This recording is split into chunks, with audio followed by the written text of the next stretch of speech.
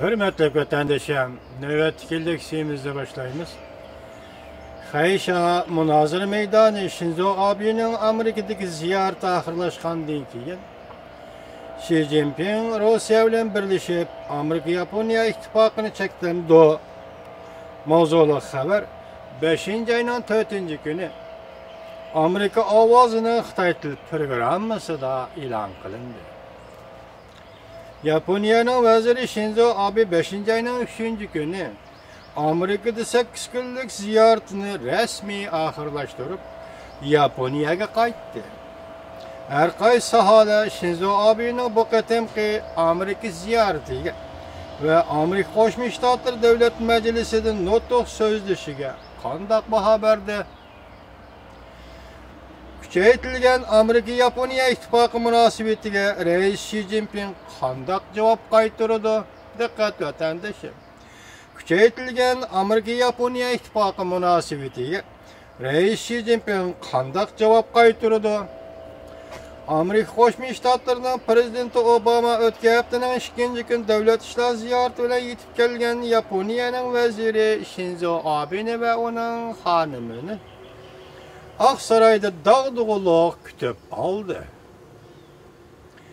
Abe Shinzo Efendi 4. ayning 29. kun davlat majlisida Avam palatasi va Kengash palatasining birlashma yig'inida tarixiy xarakterli nutq so'zladi.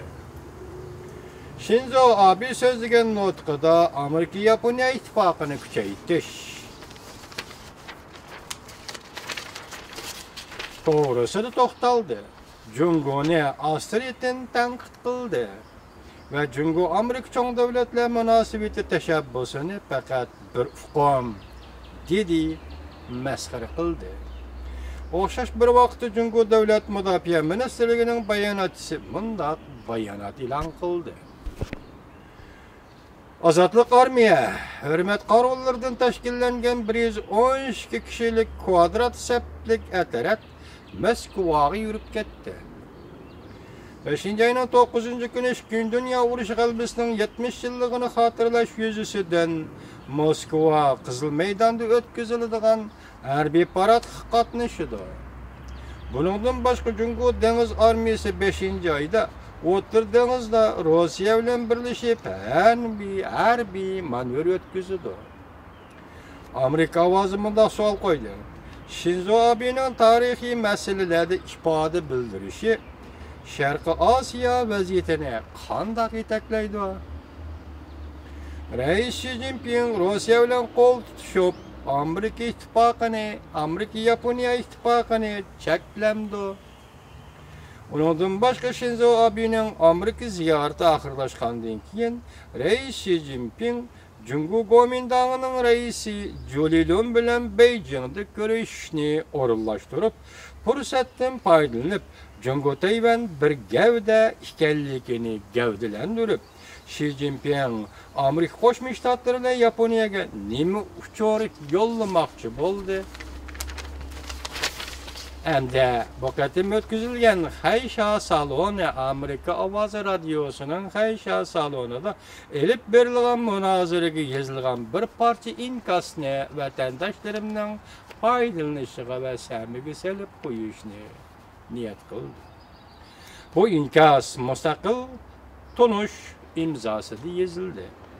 Xi Jinping Rossiya bilan birlashamdi ekan. Bir necha oy burun ahvol bundoq emas edi. U chaqda Amerika-Jungo munosabati qiziq, haroratli edi. Jungo Kompartiyasi Wang Qishanni Amerikaga avatib, Lin Wenchingni qo'lga olmoqchi bo'lgan edi. Amerika Qo'shma Shtatlarining moliya ministri Beijingni ziyorat qilib, savdo ishlarini maslahatlashgan. Prezident Obama Xi Jinping imperiyasining huquq inovatini hurmat qilgan. Bu ko'pchilikni men qo'ydim va tandashim ba'zi jumlalarni tarjima qilish menga afsus bo'lganligi uchun tarjima qilmay uning o'rniga ko'pchilik qo'yib qo'ydim. Inovatini hurmat qilgan. Lekin keyin tarqatgan Jungo Kompartiyasining qizil boshliq tutish buyrug'iga Lin Wenchen va boshqa muhim odamlarning ismligi kirgizilmadi. Bu bak qiziq bir ish bo'ldi. Rais Xi Jinping Prezident Obamaga yaxshichaq bo'lib, Prezident Vladimir Putinga so'g'oq muomala qildi. Amdilikda Rossiya bilan birlashmoqchi bo'ldi. Bu balki ilojsizlikdan shundoq bo'lgan bo'lsa kerak.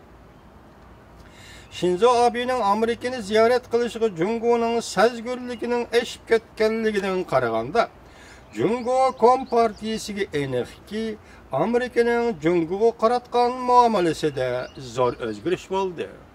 Diqqat vatandoshim.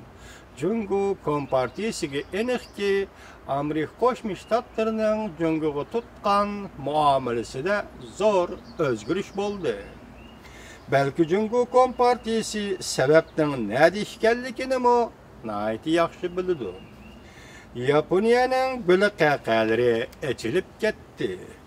Amerikaning Jungo siyosatida zo'r o'zgarish bo'ladi. Diqqat vatandoshim.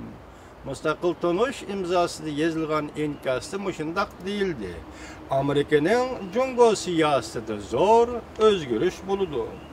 Rossiya Jungoga faqat ustadlik qiladi xolos. Ziyon tortadigan Jungo Kompartiyasidir. Rais Xi Jinpingni qora bosadi. Jungo ichki tashqi jihatda qiyin o'tkalga bo'g'ilib qoldi.